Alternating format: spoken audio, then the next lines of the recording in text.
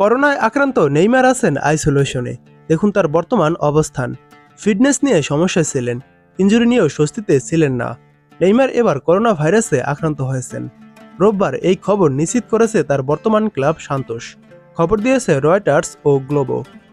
গুঞ্জনটা শোনা গিয়েছিল ক্রীড়া সাংবাদিক ফেব্রিজিও রোমানোর একটি ইনস্টাগ্রামের বার্তায়, যেখানে তিনি লেখেন নেইমার কোভিড আক্রান্ত হয়েছেন।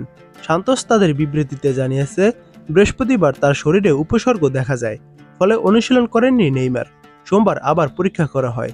পরে ক্লাব সূত্র রয়টার্সকে তথ্যটি নিশ্চিত করেছে। ব্রাজিলের গণমাধ্যম গ্লোবোকে সান্তোসের এক কর্মকর্তা বলেন, বৃহস্পতিবার থেকেই নেইমারের জ্বর। কয়েক দফা টেস্ট করানোর পর সান্তোসের মেডিকেল স্টাফরা নিশ্চিত করেছেন যে নেইমার কোভিড আক্রান্ত।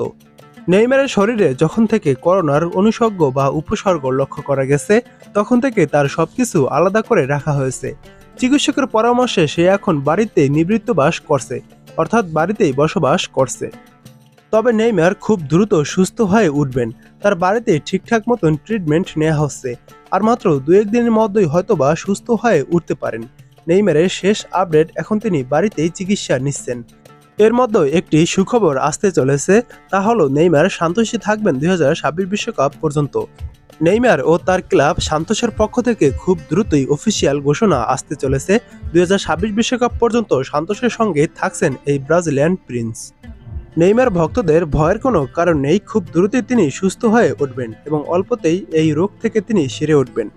33 বছর বয়সী নেইমারের জন্য এই করোনা সংক্রমণ তাকে আবার নতুন সমস্যায় ফেলেছে, কারণ ব্রাজিলের সিরিয়ায় ঘরোয়া ক্লাব ফুটবলে প্রত্যাবর্তন করলেও এখন পর্যন্ত প্রত্যাশা মেটাতে পারেননি তিনি। সৌদির ক্লাব আল হিলালে চোটে জর্জরিত সময় কাটানোর পর শৈশবের ক্লাব সান্তোসে সব প্রতিযোগিতা মিলিয়ে মাত্র 12টি ম্যাচ খেলতে পেরেছেন তিনি। সেখানেও বারবার চোট ও ফিটনেস সমস্যায় ভুগেছেন।